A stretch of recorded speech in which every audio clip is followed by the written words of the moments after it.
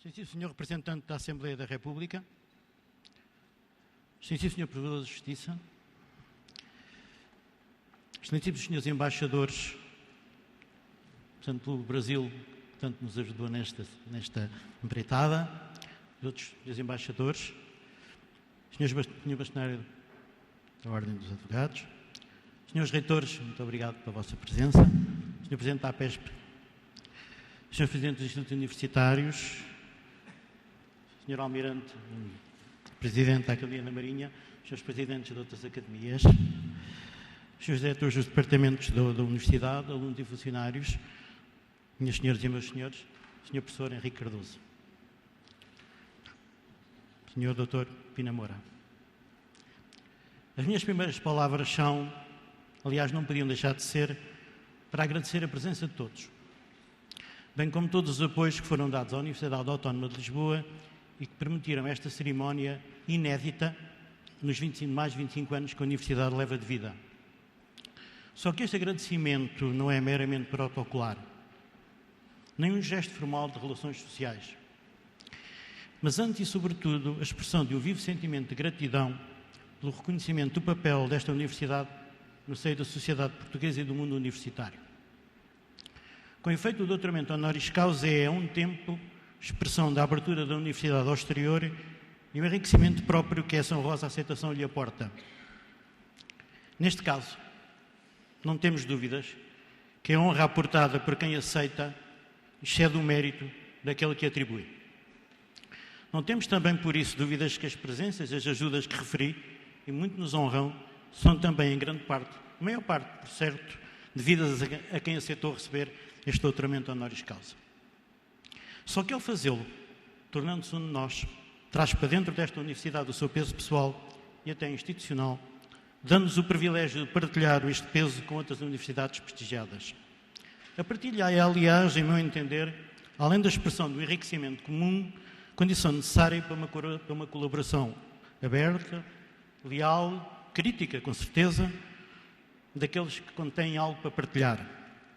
É que o que se partilha é, por definição, comum e é também o garante da confiança que sustenta qualquer cooperação futura que busca caminhos novos, porventura com visões diferentes que é preciso ajustar, mas cuja eventual superação radica sempre no substrato comum que se partilha. É nesse sentido que este primeiro doutoramento honoris causa da Universidade Autónoma de Lisboa evidencia o passo definitivo da sua completa inserção no sistema universitário e na sociedade portuguesa. De facto, o que se pede a uma universidade em Portugal? Temos todos uma tendência para criar os nossos próprios critérios, obviamente melhores que de todos os outros, mas vou fugir a essa tentação e olhar para o enquadramento comum que a legislação portuguesa atual nos propõe. E faço sem qualquer receio, porque, por norma, o texto e as leis e os princípios que as informam são de grande qualidade, proporcionando aceitação generalizada. O problema vem sempre da sua interpretação e da sua aplicação. Lá encontraremos, no ponto 2 do artigo 11º da Lei de 49 de 2005, os objetivos do ensino superior. Para além dos inalienáveis objetivos de desenvolvimento do espírito científico, da formação de diplomados, com capacidades de inserção na sociedade, da incentivação da investigação e da publicação científica, da promoção e divulgação e do conhecimento, da abertura à aprendizagem contínua, seja-me permitido citar os objetivos que figuram nos últimos lugares da lista e que têm em particular relevância, a meu entender, para esta cerimónia que nos reúne. A linha F, já passaram as outras todas que estão para trás, estimular o conhecimento dos problemas do mundo de hoje, no horizonte de globalidade, em particular os nacionais, regionais e europeus. Aqui há uma visão um bocado reducionista que vamos tentar ultrapassar, prestar serviços especializados à comunidade e estabelecer com esta uma relação de reciprocidade. Continuar a formação cultural e profissional dos cidadãos pela promoção de formas adequadas e de extensão cultural. Linha H, promover e valorizar a língua e a cultura portuguesa. A linha I, promover o espírito crítico e a liberdade de expressão e de investigação. Está na lei. Importa acrescentar que estas duas últimas, ou seja, a promoção da língua e a evolução da língua portuguesa e a promoção do espírito crítico e da liberdade de expressão e da investigação, foram acrescentadas em 2005 à versão original, não estavam lá. Portanto, são mais modernas, mais atuais. Compreender-se-á, espero, a razão por que saliento estes pontos. Em primeiro lugar, porque elas evidenciam a necessidade de colocar a universidade ao serviço da sociedade, estabelecendo com ela uma relação de reciprocidade, prestando os tais serviços especializados de que ela carece, que nós estamos obrigados a desenvolver. Isto significa que um saber e uma inovação resultantes da investigação séria, mas que não tenha expressão na sociedade, sem perder, é certo, o seu valor intrínseco, esgota-se em si mesmo e não se reflete na sociedade que o alimentou. O apoio que empresas portuguesas e brasileiras deram à Universidade Portuguesa para este evento revela há um tempo esse potencial de inserção da universidade na vida e exige da nossa parte, como teste de reciprocidade, o compromisso de prestarmos serviço à sociedade com o valor acrescentado que resulta da aplicação do método científico às questões reais que espero estejam em permanente observação. Em segundo lugar, porque a Universidade, em consonância com a linha GE, tem que propor e fomentar a formação cultural de todos os cidadãos, ou seja, a Universidade é um local de inclusão e não de exclusão. O projeto de Bolonha, a meu ver, e esta que fica clara, é a minha opinião pessoal, absolutamente pessoal, tem sido tão maltratado em Portugal desde o princípio e, no entanto, poderia abrir as portas a este objetivo e a Universidade Autónoma de Lisboa tem a obrigação de o não alienar. A linha H mostra a evidência que a língua e a cultura portuguesa são o objetivo central das universidades portuguesas. Tem-no sido. O desafio para responder positivamente a esta pergunta é como conciliar isso com uma aproximação ao mundo global. A resposta, com princípio, é simples e o nosso patrono, Luís de Camões, ensina-nos esse caminho.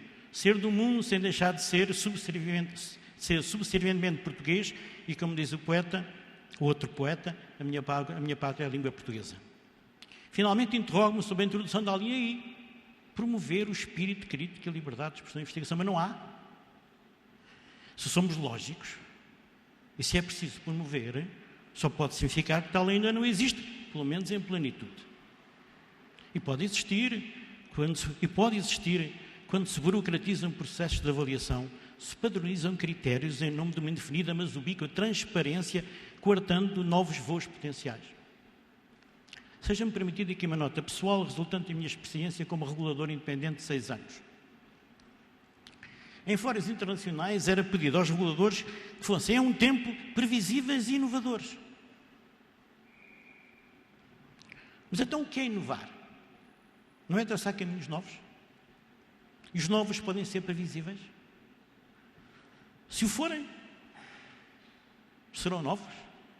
Ou serão meras extensões dos velhos? Que se quer de facto uma universidade que suba nos famigerados rankings, que critérios estão por trás deles? Aqueles que consubstanciam os objetivos que constam e que descrevemos e constam da lei portuguesa estão a ser considerados nesses rankings? Permita-me, caro professor e reitor e amigo António Sampaio da Nova, que invoque, apesando, partilhando com todos e correndo o risco de uma imperfeita citação, porque o ouvi, e portanto não li, e vi 2 vezes, o que disse e que compartilho por inteiro, pelo menos na minha interpretação, sobre o valor de uma universidade. O mérito de uma universidade mede-se por aquilo que os seus alunos, cada um dos seus alunos, acaba por fazer por si e, sobretudo, pelos outros. A isso acrescentarei, como é claro das minhas palavras, e o que fez pela sociedade, a universidade como instituição. Esta cerimónia de doutoramento honoris causa obriga-nos a uma reflexão e a um traçado de um caminho, por virtude desta descontinuidade que é este doutoramento, nos obriga a procurar ser, e permita-me, caríssima amiga, colega reitora Glória Garcia, passada há tão pouco tempo, muito obrigado pela sua presença já hoje, usar as suas próprias palavras de quinta-feira passada, quando procuraremos ser aquilo que ainda não somos. E qual é a proposta que faço? Simples. Sermos todos os dias, cada um de nós, e como instituição, que só o é, se não tiver a debilidade em si mesma, o que não exclui, antes, pelo contrário, inclui o Espírito de Cristo e busca de caminhos comuns, mesmo em discussão, teremos que ser cada vez melhores. Note-se, não estou a propor que sejamos os melhores. Quando se busca ser o melhor, o que acontece aos outros que connosco competem conta muito e põe em causa a colaboração e a cooperação. Como se vendissem todos os dias no campo desportivo, Deus queira que percam para eu ficar à frente. E isto é um problema de quando se quer ser primeiro a todo custo. Não é esse o nosso espírito. Se queremos ser melhores, não exclui, antes pelo contrário, a parceria com os outros não exclui a emulação que é útil. Nos tempos conturbados que vivemos, a procura de lugares cimeiros pode levar, como tem levado, ao agravamento de desigualdades e à implosão da democracia, pondo em causa os bem conhecidos e esquecidos ensinamentos de Aristóteles. A sociedade é tanto mais democrática e bem governada, quanto maior e mais consistente for a sua classe média. Pergunto-me então como classificar uma universidade aberta a todos, mesmo os menos dotados, e que consiga um grau de transformação enorme que os leve a tornar cidadãos e profissionais de boa, mesmo que não excelente, competência. É útil, inútil, de pouco valor, não tem ranking?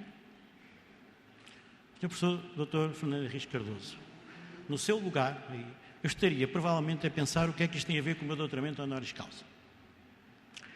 Permita-me que o descanse. Tem tudo a ver e justifica em plenitude, creio eu, o porquê de, por uma feliz conjugação de acontecimentos e de ações dos nossos amigos comuns, e queria agradecer ao Engenheiro Pina Moura o seu papel e ao professor e ao doutor e ao Sr. Embaixador também o seu papel nisto tudo, o Sr. Professor seja o primeiro doutor honoris causa. Permita-me, antes de tudo, uma inconfidência. Relendo o que na carta pessoal lhe enviei e que me indicava como motivo da sua escolha. O patrono da Universidade Autónoma é o Luís de Camões, que mais do que o príncipe dos poetas portugueses é o símbolo da língua portuguesa. Quem melhor do que o antigo Presidente da República Federativa do Brasil, e ainda estou a citar a carta que lhe enviei, país da maior expressão da língua que o poeta encarnou, que muito pelos seus méritos académicos e de investigador é, como poucos, um grande cultor e embaixador dessa língua para dar corpo ao espírito da Universidade Autónoma de Lisboa, manifestado na escolha do seu patrono. Só que, se me permite, Sr. Professor Dr. Fernando Henriques Cardoso, a essa razão tenho de acrescentar outras duas que na altura não levei em conta porque não conhecia bem. A primeira vem-me através de um artigo publicado na revista Lusófona Online, novembro e dezembro de 2009, do nosso saudoso embaixador Castro Alves, com o título Camões e o Brasil, em que se refere. É comum ouvir alguém dizer Camões não falou do Brasil. O grande poeta da língua falou pouco do Brasil, estou a citar o artigo. É verdade, por motivos que serão explicados. Mas lhe mencionou o próprio nome no canto 10º, além de se ter referido à terra de Santa Cruz e haver feito algumas menções indiretas ao país que é o maior feito dos portugueses fora das suas fronteiras. O Sr. Embaixador Mário Villalva há dias fez uma conferência exatamente sobre o mesmo tema que eu muito agradeço e muito apreciei. E explica.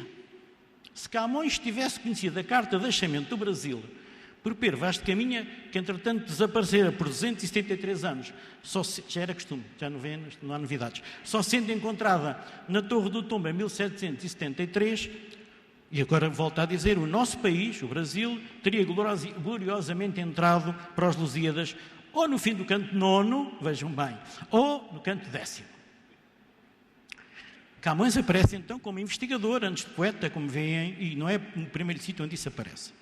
Mas mais do que, como diz Castro Alves, o Brasil está em os Lusíadas e estes também estão no Brasil, marcam as comemorações do tricentenário de Camões em 1880, relatadas por Marcelo Correia Sandman na revista Letras de Curitiba, número 59 de 2003. Diz o autor.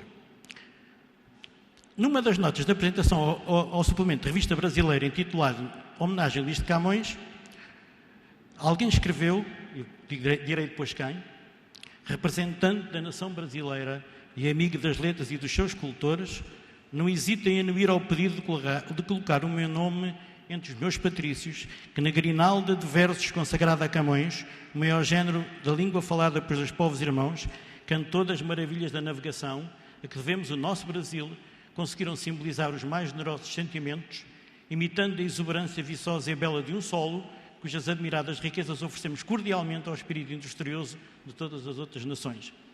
Estas palavras, escritas ao correr da pena, cingirão a formosa grinalda, ao menos com um laço de simpatia. Assinado Dom Pedro II, Imperador do Brasil. E o autor, agora não o Dom Pedro, o autor conclui, aí está, em síntese, a justificativa oficial para as comemorações brasileiras. Enfatiza-se a fraternidade luso-brasileira com destaque para vínculos linguísticos e uma continuidade histórica ou cultural que permitiria reivindicar para o Brasil a figura de Luís de Camões como um patrono recuado, mesmo que involuntário, também da nacionalidade brasileira. O primeiro ponto, pois, que não aludi, que me esqueci, é ter este em comum por afinidade do mesmo patrono. Mas o segundo, mais conectado com as divulgações importunas e inoportunas que fiz sobre a Universidade, tem a ver com o seu papel como Presidente do Brasil e como procurou pôr os seus conhecimentos ao serviço da comunidade, com claro destaque para o lançamento das bases que permitissem criar uma classe média brasileira que fosse sinal definitivo de rompimento com as profundas desigualdades sociais e cimento da democracia. É por isso que, com um sentimento misto de alegria e de susto, que o recebemos entre nós. Alegria por nos ter honrado com a sua presença e a partir dos nossos valores. Susto pela tremenda responsabilidade que a partir daqui nos acarreta. Quando se está assustado, procura-se ajuda. Sabemos que sozinhos nada conseguiremos. Com todos, meus amigos, com a vossa colaboração, com a qual contamos, procuraremos trilhar caminhos que nos façam todos os dias um bocadinho melhores. Muito obrigado.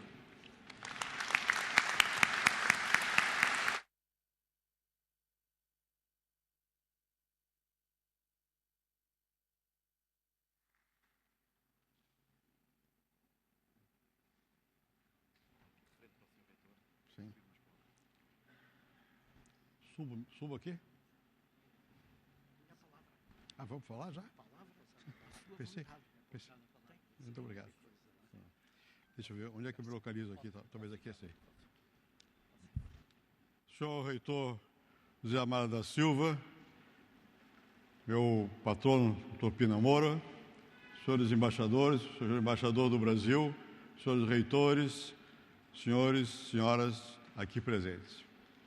É para mim um momento de emoção por receber essa homenagem da Universidade Autônoma de Lisboa. Não será a primeira. A primeira foi na minha alma mater, na Universidade de São Paulo. Na época, eu tinha 29 anos.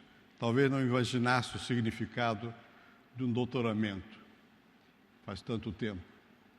Recebi outros.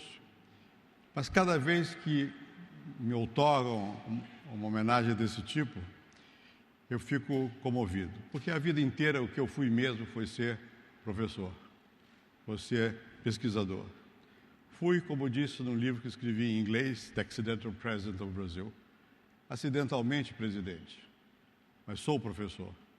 Essa é uma condição que se conquista e da qual não podemos mais nos liberar. É uma vocação, mais do que qualquer outra coisa. Eu teria gostado muito de poder escrever um discurso.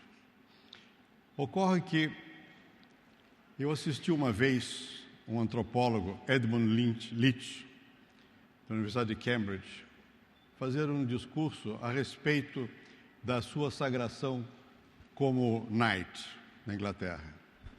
E os ingleses, eu dizia há pouco, têm uma capacidade que eu não tenho, é de escrever para dizerem como se fosse uma peça de teatro. Eu sei, mais ou menos, escrever artigos, escrever livros, mas quando vou ler, perde a graça. E quando eu assisti a conferência do Edmund Leach, onde ele mostrava o significado desses ritos de passagem, e aqui é mais do que um rito de passagem, é um rito de integração, ele usou uma expressão em inglês, ele diz, once a night is enough. Com humor inglês, ele dizia tudo à rainha da Inglaterra. Não é o caso aqui. Aqui, cada vez que eu recebo uma homenagem dessas, mais eu me sinto motivado pelo reconhecimento mais do que generoso dos meus amigos em Portugal e em outras partes. Mas eu não gostaria de simplesmente agradecer formalmente o que já o fiz e reitero, e agradecer em especial as palavras generosas do senhor reitor ao mostrar as razões pelas quais me outorgam esse doutorado. Eu gostaria de aproveitar a oportunidade, que estamos todos juntos, e aqui é pessoas que têm experiência ao lidar com os problemas do mundo, e ao retomar as palavras do reitor, que enfatizou a necessidade de sempre procurar o melhor, de ser o melhor, e nós também queremos procurar que o mundo seja o melhor, e pelas palavras do reitor se vê que ele também acredita que o mundo melhor é um mundo que supõe mais igualdade, e por isso mencionou a formação da classe média como sustentação de um bem-estar mais generalizado e, sobretudo, da possibilidade da liberdade, eu gostaria de aproveitar, portanto, essa ocasião para fazer umas poucas reflexões sobre o tema que talvez, do ponto de vista global, seja aquele que mais, a mim pelo menos, afeta, que é a da manutenção da paz. Na verdade, o grande desafio na convivência entre os homens é a da manutenção da paz. A própria formulação a respeito do porquê do Estado, à la Hobbes, já mostra que era preciso alguma força superior para evitar que homo homini lupus, que os homens fossem os lobos dos homens e que na contenda, na briga, na força, portanto, se resolvesse as questões postas num dado momento. Não é simples resolver mecanismos pelos quais seja possível assegurar a paz no mundo. Nós conseguimos, depois da Segunda Guerra Mundial, graças à visão extraordinária dos líderes da época, notadamente de Franklin Roosevelt, que o tempo todo teve em mente a necessidade de buscar um convívio mesmo contra aqueles que poderiam eventualmente ser antagônicos ao seu modo de pensar, e basta ler a correspondência entre Roosevelt e Stalin para darmos conta do enorme esforço que o Roosevelt fez o tempo todo, e mesmo que avisado sistematicamente por outro grande homem, que foi Winston Churchill, da impossibilidade de uma relação mais cordial com a União Soviética, o Roosevelt, porque tinha em mente a necessidade de criar condições institucionais para evitar a guerra, manteve um relacionamento, eu diria até generoso, com relação a Stalin e tudo que ele representava. O fato é que foi possível fazer a Declaração Universal dos Direitos do Homem e, em seguida, organizar as Nações Unidas, a Organização das Nações Unidas, que até hoje é a organização de maior fôlego que foi feita para permitir que haja uma convivência entre diferentes, entre desiguais, e reitero, havia um choque ideológico entre Stalin e Roosevelt e Churchill, e isso não foi um obstáculo para que eles criassem institucionalmente condições para a manutenção da paz.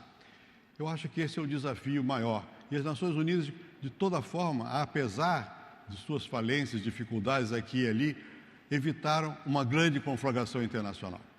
Não houve mais, depois da Segunda Guerra Mundial, nada, nenhum conflito que pudesse de longe se assemelhar àquele que marcou pelo menos a minha geração, dos mais velhos aqui presentes, que assistimos, pudemos acompanhar os desastres da guerra. Daí por diante, estabeleceu-se um mecanismo de disputa, de rivalidade, que foi congelado pela Guerra Fria e que estava assentado sobre a premissa do equilíbrio do terror.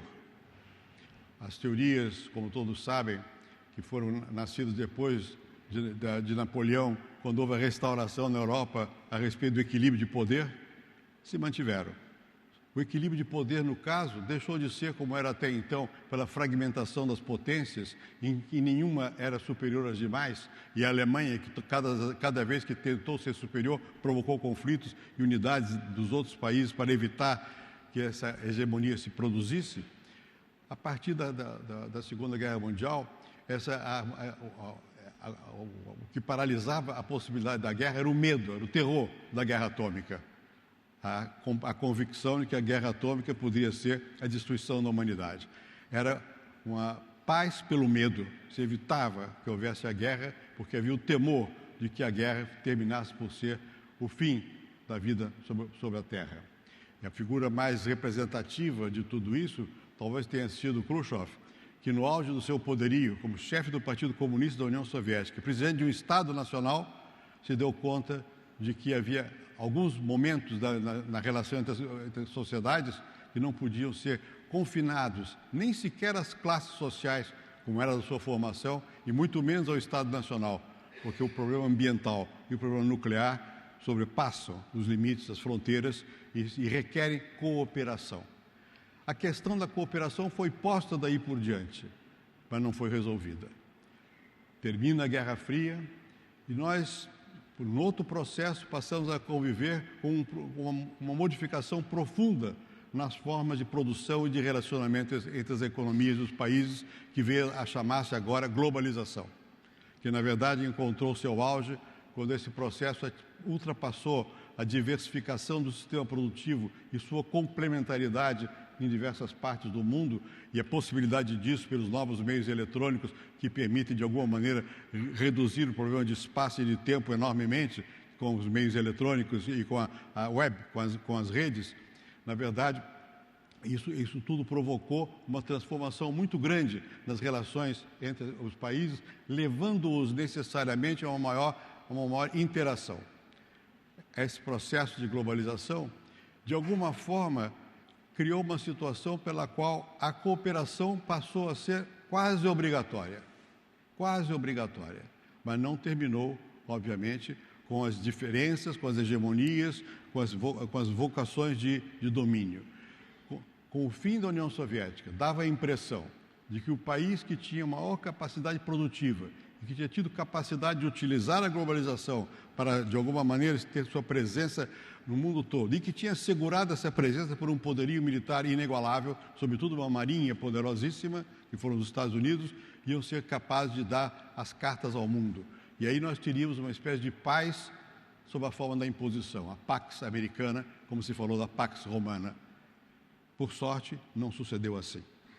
Não sucedeu assim, e como a história não tem fim, e quando todos pensavam que, de alguma forma, se teria chegado ao auge do que era possível em termos de transformações produtivas e de forçar a relação entre os povos e de marcar superioridades, pois, de repente, sem que ninguém previsse, a China se transforma numa potência com capacidade de desafiar o poderio americano, e a Europa consegue fazer algo que inusitado na história das civilizações, que ao invés de ser um palco de conflagrações, passou a ser um palco de entendimento com a formação da União Europeia, que oxalá não se perca por problemas que historicamente são menores diante da grandeza que é a construção europeia.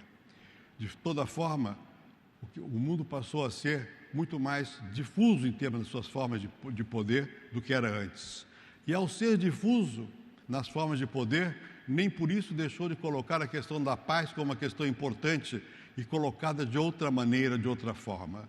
De outra maneira e de outra forma, porque, na verdade, os grandes poderes, sobretudo China e Estados Unidos, passaram a ser também ameaçados não pelo poderio bélico de alguém, mas pela capacidade que alguns setores da humanidade passaram a ter de dar sua própria vida em atos irracionais de terrorismo que põem em risco o equilíbrio de poder, qualquer que seja esse poder. E o atentado nas Torres Gêmeas é um exemplo disso, de que, com todas as precauções, com todo o poderio, há uma fragilidade inerente à situação de viver em conjunto e que precisa ser regulamentada. O quanto mais regulamentada e quanto mais consensual venha a ser essa regulamentação, melhor.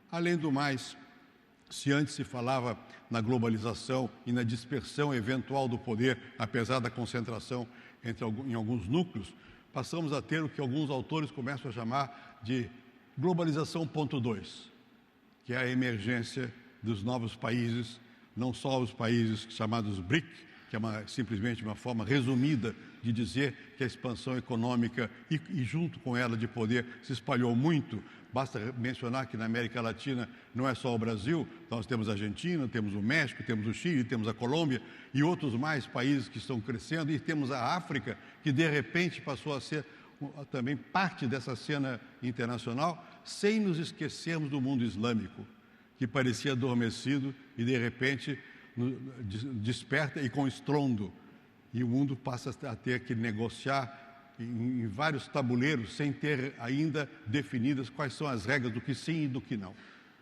Portanto, continuamos diante de um desafio, que é o desafio de construir durante esse século, o século XXI, uma capacidade de garantir a paz a partir de mecanismos que sejam fiáveis e que tenham a delegação para exercer em nome da humanidade, e esse conceito que era vago no passado passa a ser real, porque os problemas hoje atingem, não é um país, é a humanidade, o terror atômico atinge a todos, as doenças se espalham pelo mundo todo, a possibilidade de alterarmos o equilíbrio planetário em função de abusos na questão do meio ambiente atinge todo mundo. Nós passamos a ter no nosso horizonte desse século a existência de algo que não era pensável politicamente, que é como atender aos anseios não de um país, da humanidade.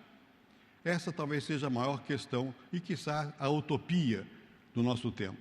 Como nos tornarmos dignos de criar instituições que sejam capazes de assegurar a continuidade da vida no planeta, que assegurem os direitos às pessoas, que garantam uma participação ampliada e que respeitem os limites do meio ambiente e que evitem a guerra. Muito se tem feito, apesar de tudo. O confronto que parecia como uma possibilidade no futuro entre a China e os Estados Unidos e o deslocamento visível do eixo do mundo atlântico para o mundo do Pacífico, que está ao alcance dos nossos ouvidos, do nosso olhar, das nossas leituras, esse confronto não é inevitável. Pelo contrário, basta ler o que está acontecendo, as declarações dos dirigentes chineses e as diversas opiniões que existem na China. Eu tenho ido com certa frequência à China para ver que existe uma possibilidade do que eles chamam lá de um desenvolvimento chinês harmonioso e da busca de uma convergência em que haja a possibilidade de delimitar as zonas em que a rivalidade exista sem afetar interesses fundamentais.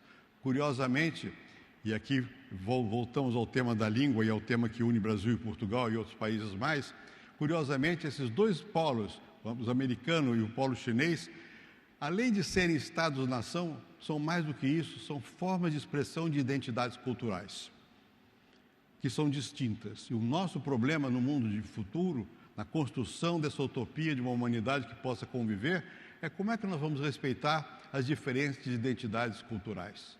De que maneira essas identidades culturais continuarão a ser afirmadas sem que isso involucre que cada uma delas queira ter superioridade sobre as demais. De que maneira, com outras palavras, será possível criar realmente um direito universal e voltar ao sonho kantiano da paz universal a partir de regras e não da paz universal a partir do desespero, que era a paz universal garantida pelo terror atômico. Agora, nós temos que garantir a paz universal não a partir do desespero, mas a partir da esperança, da possibilidade efetiva de que nós tenhamos regras que possam ser aceitas por todos. Não é fácil. Não é fácil porque nós fomos todos formados dentro da ideia do Estado Nacional e da soberania. A soberania implica em que a minha autoridade não pode ser contestada por nenhuma outra autoridade naquela área que eu defino como sendo a minha área. E quando nós falamos de problemas de humanidade, problemas globais, nós vamos ter que compatibilizar tanto as identidades culturais que existem, quanto os interesses nacionais que também existem, com a possibilidade da existência de uma área de cooperação. É aí que entram os direitos do homem. O que é possível é aceitar-se como isso sim pertence à humanidade e não confundir nem usar esses direitos como se fossem instrumentos para a generalização de uma forma específica de organização cultural e política. A ideia que infelizmente surgiu nos Estados Unidos com o avanço dos neoconservadores americanos era uma ideia de que o mundo só teria paz se nós tivéssemos ideologia comum, democracia e, portanto, as mesmas instituições. Mostrou-se vã essa tentativa diante da impossibilidade de generalizar essa forma de cooperação. Mas não se mostra vã outro valor fundamental, que é de há certas questões que não podem ser aceitas em nenhuma espécie. Tortura não, desigualdade entre homem e mulher não, racismo não. Há um core, um grupo de valores que sim têm que ser compartilhados e têm que ser assegurados pelas instituições que regem o conjunto das nações. Estamos longe de dispor de mecanismos eficazes nessa matéria, mas estamos avançando nessa matéria. Infelizmente, ainda o que existe de positivo, reitero, foi a Organização das Nações Unidas, mas infelizmente a dinâmica das relações internacionais requer organizações mais móveis e o que se conseguiu fazer, que foi criar esse G20, é insuficiente, porque não tem uma estrutura que permita dar sequência às suas decisões para que possa realmente ser alguma coisa que tenha a capacidade de gerar dever, de gerar, portanto, valor, de acreditar, legitimar e dar a lei que seja universal. Mas essa é a nossa busca, esse é o caminho pelo qual todos temos que estar marchando, que é o caminho de criar instituições de cooperação. No nosso âmbito específico de brasileiros e de portugueses, o caminho mais imediato é a CPLP. porque é a identidade cultural, que nos permite. E em seguida, nós temos as nossas identidades, seja a identidade europeia, seja a identidade latino-americana. E depois a ibero-americana. E pouco a pouco vamos construindo canais, mecanismos que vão, sem que nós percebamos, criando a possibilidade de um mundo melhor, mais próspero, sem guerra e de cooperação. Utopia? Sim, certamente. Mas sem utopia não se move o mundo. E a utopia, por definição, não é alcançável. É um objetivo que se tem, mas é perseguível. Se pode buscá-la, pode construí-la. Eu acho que esse é o desafio de todos nós, o maior de todos, que sobreleva todos os nossos outros compromissos, que é essa busca da criação de uma nova ordem global que assegure a paz. Não se pode pensar em paz sem que exista o atendimento das necessidades básicas ao mesmo tempo. E, por consequência, sem que exista um conjunto de políticas que sejam capazes de fazer contraponto às necessidades existentes de fome, de miséria, de pobreza, buscando a formação de um mundo de classe média, para usar a sua expressão simbólica, de um mundo em que as diferenças diminuam. Infelizmente, não está acontecendo isso. Diante da crise financeira que foi desencadeada em 2007, as diferenças se agravaram. Não só na Europa, se agravaram nos Estados Unidos. E não só nos Estados Unidos, por outras razões, na China também. Nunca houve um grau de desigualdade equivalente ao que existe na China de hoje, apesar do êxito econômico. E quem sabe, em função de tudo isso, e sabendo-se também as consequências desse mecanismo financeiro de globalização, que mostra um êxito que às vezes é fugaz e que reverte em malefícios, quem sabe seja possível tirarmos a obsessão do crescimento do produto bruto, do PIB, e buscarmos outros mecanismos de criação de uma sociedade decente, da busca de valores que permitam que essa humanidade se organize de forma pacífica e que tenha convicção profunda de que tão importante quanto crescer a economia é crescer o bem-estar, e que não tem sentido quando a economia cresce abstratamente, o bem-estar não cresce simultaneamente, porque o fundamental é realmente melhorar a condição humana. Eu não queria transformar esse encontro, que é um encontro simpático, num encontro de aflições das dificuldades que nós temos pela frente. Eu queria apenas, em homenagem ao espírito da universidade, assinalar o modo como eu vejo os desafios que nós temos pela frente. E lamentar que a essa altura da vida, com mais de 80 anos, eu não possa assistir, provavelmente, aquilo que os mais moços aqui, eu espero que vão assistir, que seja uma transformação na direção de um mundo, de fato, de segurança, de paz, de mais igualdade, e que os valores da liberdade prevaleçam, mas não prevaleçam como uma ideologia, e sim como um sentimento inerente à condição humana. Muito obrigado, senhor reitor. Muito obrigado.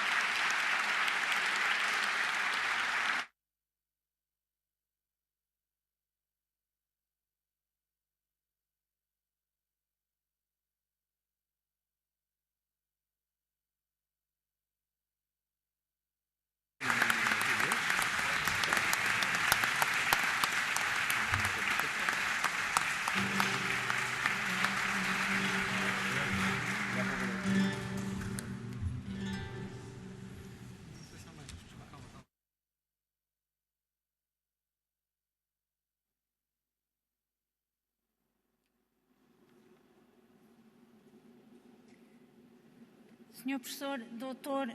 José Amado da Silva, magnífico reitor da Universidade Autónoma de Lisboa. Excelências, Dr. Fernando Henrique Cardoso. Hoje é um dia particularmente importante e também feliz para esta universidade, pois marca o seu primeiro doutoramento honoris causa. E esse primeiro doutoramento é logo atribuído ao Dr. Fernando Henrique Cardoso, uma personalidade de excepcional valor.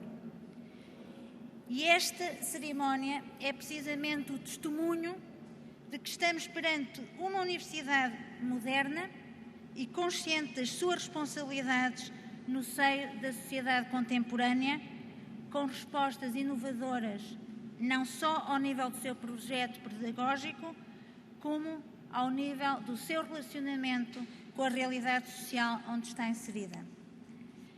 A Universidade Autónoma de Lisboa tem por missão e também por vocação ministrar um ensino de qualidade e rigor e promover a investigação em domínios científicos de enorme relevância para a sustentabilidade da economia e para o progresso da sociedade. Mas a conjuntura atual impõe acrescida responsabilidade à nossa universidade em particular e às universidades em geral, pois é delas que esperamos a excelência na sua missão de formação e investigação que facilite soluções adequadas e inovadoras que permitam o progresso e ultrapassar o momento particularmente difícil em que vivemos. Neste contexto, a atribuição do título de Doutor Honoris Causa ao Dr. Fernando Henrique Cardoso é um ato simbólico de grande excepcionalidade, porque precisamente se destina a homenagear uma personalidade de reconhecido mérito que se distinguiu na sua atividade académica, profissional, cultural, política e cívica e que contribuiu para o engrandecimento da sociedade onde se insere.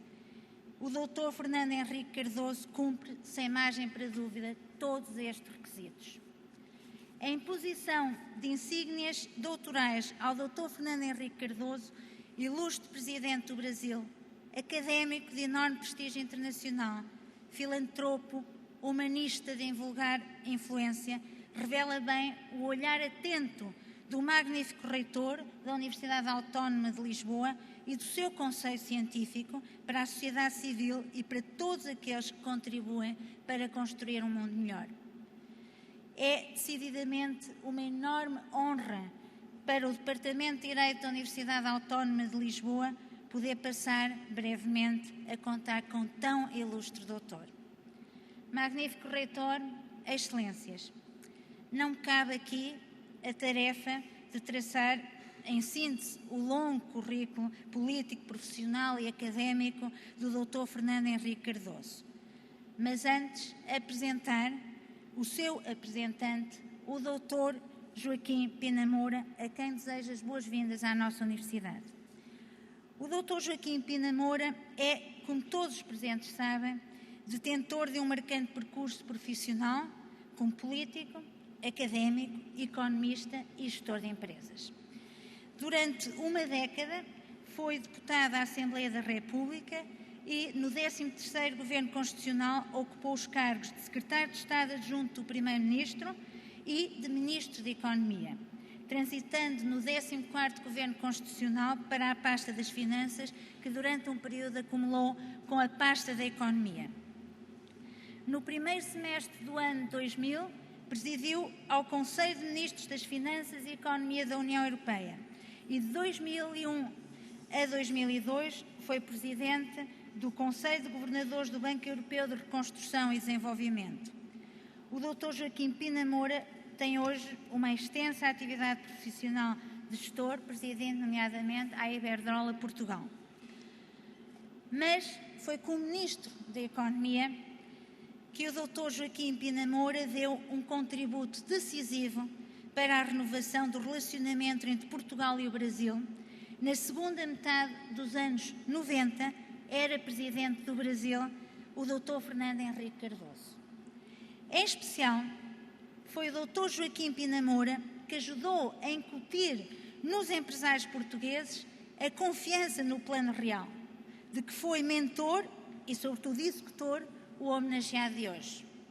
Foi esta confiança que permitiu reforçar substancialmente a presença portuguesa na economia brasileira, através de um aumento muito significativo do investimento produtivo das empresas portuguesas no Brasil.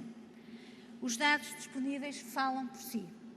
Se este investimento português no Brasil representava cerca de 350 milhões de dólares em 95, em 1994, somente 4 anos depois, ultrapassava já os 8 bilhões de dólares.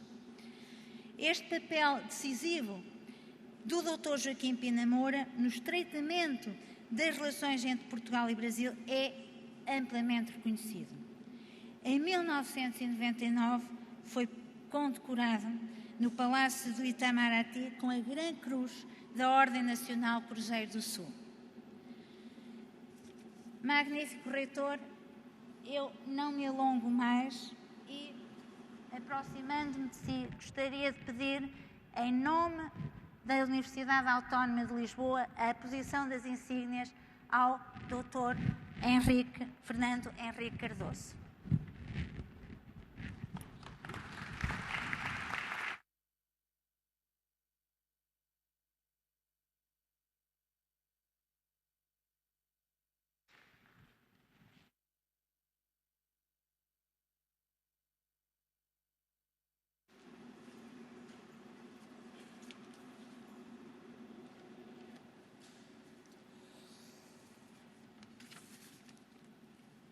Magnífico reitor da Universidade Autónoma de Lisboa, magníficos reitores, senhores professores e demais membros da comunidade científica, senhores embaixadores e, em particular, senhor embaixador do Brasil, senhor provedor de justiça, senhoras e senhores deputados, ilustres convidados, meu caro amigo Fernando Henrique Cardoso.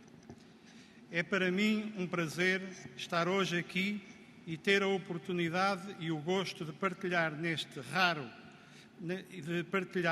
este momento raro na vida universitária, que é a atribuição de um doutoramento honoris causa. Agradeço à Universidade Autónoma de Lisboa o convite e faço questão de o dizer, a honra de poder dirigir-vos algumas palavras, fazendo a apresentação e o elogio do novo doutorando, Fernando Henrique Cardoso. Devo, no entanto, confessar que estar aqui é igualmente fator de grande preocupação, pois, para alguém com a minha posição, como é que se apresenta quem foi Presidente do Brasil, Ministro de várias pastas, Senador e dirigente partidário? Quem tem uma extensa e bem-sucedida carreira académica, tendo lecionado para além do Brasil e apenas para dar alguns exemplos, em Paris, em Cambridge e em diversas universidades dos Estados Unidos, com extensa e diversificada lista de publicações cobrindo temas de sociologia, economia, gestão e ciência política, de que, aliás, tivemos aqui uma experiência em direto na extraordinária intervenção, pensando no futuro da humanidade, que o Presidente Fernando Henrique Cardoso aqui fez. Quem é ou foi membro dos conselhos de tantas organizações internacionais, que a lista teria que ser apresentada em tamanho 11 e entre linha simples, e entre as quais se contam, por exemplo, o Clube de Roma, o Institute for Global Law and Policy de Harvard Law School, a United Nations Foundation, a Watson Institute for International Studies da Universidade de Brown, a Clinton Global Initiative, a World Resources Institute, o Board of Trustees de Rockefeller Foundation e do Institute for Advanced Studies da Universidade de Princeton, o Conselho do Center of Study of Global Governance de London School of Economics and Political Science, a Third World Academy of Science de Trieste, o Vienna Institute, etc. Fernando Henrique Cardoso foi ainda o presidente de muitas organizações e instituições internacionais de destaque, como o International Sociological Association, o Clube de Madrid, o Inter-American Dialogue de Washington e, no âmbito das Nações Unidas, o painel de personalidades ilustres sobre a revitalização da UNCTAD e o painel de personalidades ilustres sobre a relação Nações Unidas-Sociedade Civil. Se alguma dúvida restasse sobre o destaque internacional de Fernando Henrique Cardoso, quero apenas referir que numa votação através da internet que foi promovida pela revista britânica Prospect em 2005, o Fernando Henrique Cardoso foi eleito um dos 100 maiores intelectuais ainda vivos do mundo. Sem a pretensão de conseguir apresentar Fernando Henrique Cardoso, resta-me dar uma nota mais pessoal, mas de relevância para o nosso país. Foi assim, pela visão destes dois homens, se forjou uma nova parceria com o forte aprofundamento dos laços comerciais, económicos e políticos entre os nossos países, que marca cada vez mais o nosso relacionamento político e económico comuns. De facto, se hoje é muito relevante a presença económica de Portugal no Brasil e a do Brasil em Portugal, creio que é justo dizer que foi nessa altura que lançámos as sementes deste novo relacionamento, em especial uma forte e afirmativa política de internacionalização, assente nos dois grandes pilares que são Portugal e Brasil. Foi nesse contexto que tive a oportunidade de dar o meu próprio contributo como membro do governo português e tive a grata oportunidade de conhecer e trabalhar com Fernando Henrique Cardoso. Foi nessa altura que lhe dediquei o respeito e a admiração que desde esses dias lhe tenho. Olhando em retrospectiva, tempos houve em que as relações entre os dois grandes países euroatlânticos se resumiam a notas diplomáticas que refletiam também as contradições próprias de dois regimes políticos que no Brasil e em Portugal desrespeitavam a democracia, a liberdade e os direitos humanos. Aliás, Fernando Henrique pagou bem caro a convicção e a força que punha na defesa da liberdade, da democracia e dos direitos humanos. Primeiro, por ter que se exilar no Chile e em França, onde teve a oportunidade de testemunhar o Maio de 68, verdadeiramente na sua origem, a Universidade de Paris-Nanterre, onde o Fernando lecionava, e depois porque, ao regressar ao Brasil, o Fernando Henrique viu ser feito o Decreto-Lei nº 477, de 26 de fevereiro de 1969, que o impedia a si e a outros críticos da ditadura brasileira de regressar ao seu posto na universidade. Felizmente, esse tempo passou e essa pesada herança que existiu foi ultrapassada em Portugal e no Brasil. Hoje, Brasil e Portugal são membros prestigiados e incontornáveis da comunidade internacional e das suas instituições. São Estados democráticos com um papel destacado nas instituições multilaterais. São expoentes relevantes de uma nova realidade política em que o Brasil emerge como um dos principais intervenientes na cena internacional contemporânea. Esse percurso deve-se em grande medida às escolhas e às ações de alguns, àquilo em que acreditam, à sua visão do interesse nacional e dos interesses globais e à sua força na defesa das suas convicções, muitas vezes com custos pessoais e em que não é permitido nem desanimar nem parar. Temos que nos convencer que as dificuldades existem para ser superadas e esta é uma das lições que aprendi com o Fernando Henrique Cardoso. Hoje, num tempo de crise global como aquele que vivemos e que debilita as economias e desanima os povos, não podemos deixar que o pessimismo tome conta das nossas mentes. Creio sinceramente que a crise global que vivemos é superável. Acredito firmemente que as dificuldades que atravessamos são ultrapassáveis. Não as devemos subestimar, mas também não as poderemos sobreestimar. Espero que os novos caminhos que urge abrir se concretizem e que, mais uma vez, o Brasil e Portugal tenham o engenho e a arte de o fazer aprofundando o seu relacionamento mútuo, criando novos espaços de convergência, de cooperação e de desenvolvimento. O mundo hoje está diferente. Já não estamos no mundo bipolar que antes da queda do muro de Berlim, mas também já não estamos no mundo unipolar que emergiu com a desintegração da União Soviética e da Comunidade de Estados Independentes. Estamos a contribuir, todos nós, para desenhar uma nova ordem internacional.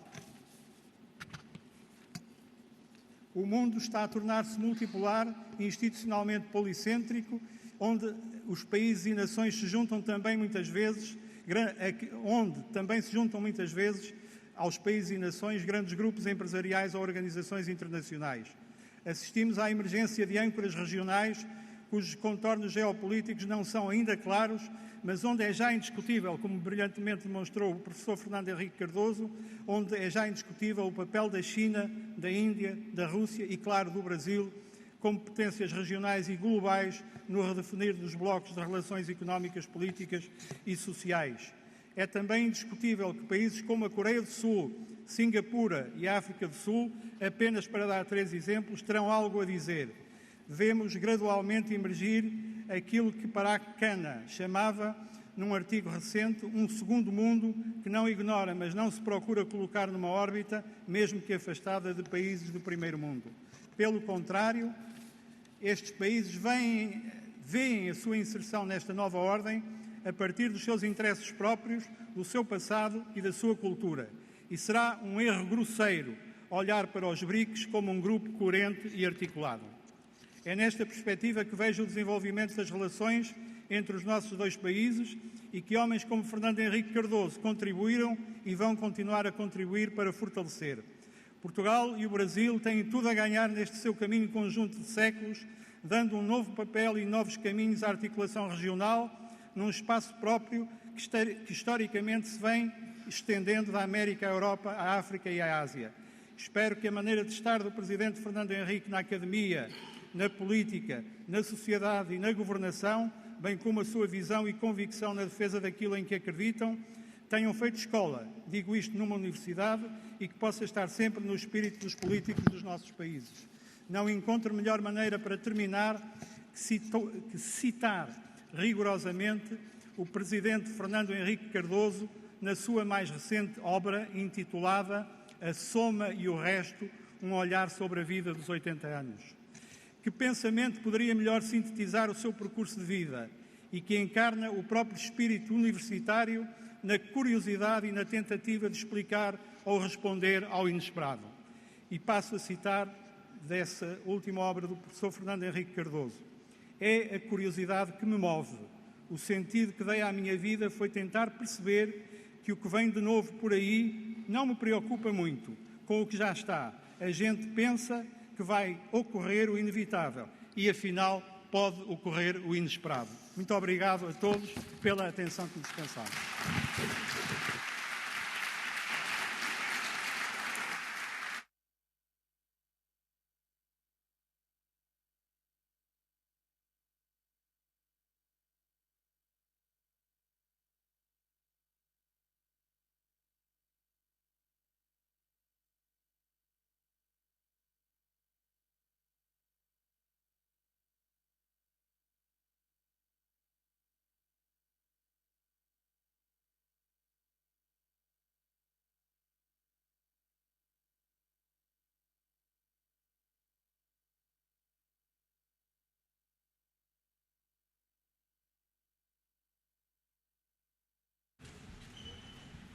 Vou proceder à leitura da deliberação do Conselho Científico e o despacho reitoral. Conselho Científico, deliberação número 93 de 2012. Concessão do título de Doutor Honoris Causa ao Sr. Professor Dr. Fernando Henrique Cardoso, ex-Presidente da República Federativa do Brasil. 12 de julho de 2012.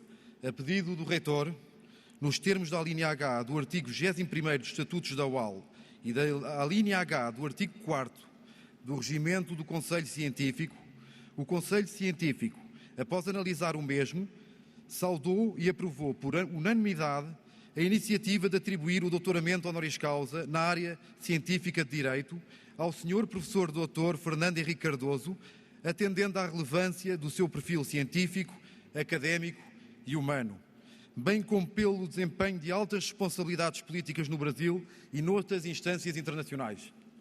Está conforme a ata do Conselho Científico de 12 de julho de 2012. O Presidente do Conselho Científico, Professor Dr. José Manuel Lousada Lopes Subtil. Despacho Reitoral número 63 de 2012. Concessão do título de Doutor Honoris Causa ao Sr. Professor Dr. Fernando Henrique Cardoso, ex-Presidente da República Federativa do Brasil, 3 de outubro de 2012. Na sequência da resposta unanimemente favorável do Conselho Científico ao meu pedido feito nos termos da alínea H do artigo 21º dos Estatutos da UAL, aprovo, nos termos da alínea F do artigo 16º dos referidos Estatutos, a concessão do doutoramento honoris causa na área científica de Direito ao Sr. Professor Dr. Fernando Henrique Cardoso. Lisboa, 3 de outubro de 2012. O Reitor, Professor Dr. José Manuel Amado da Silva.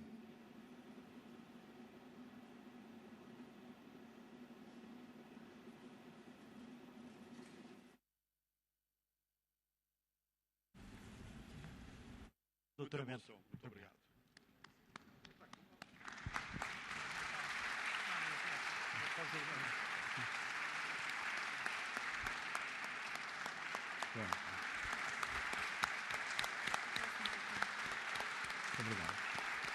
Muito obrigado.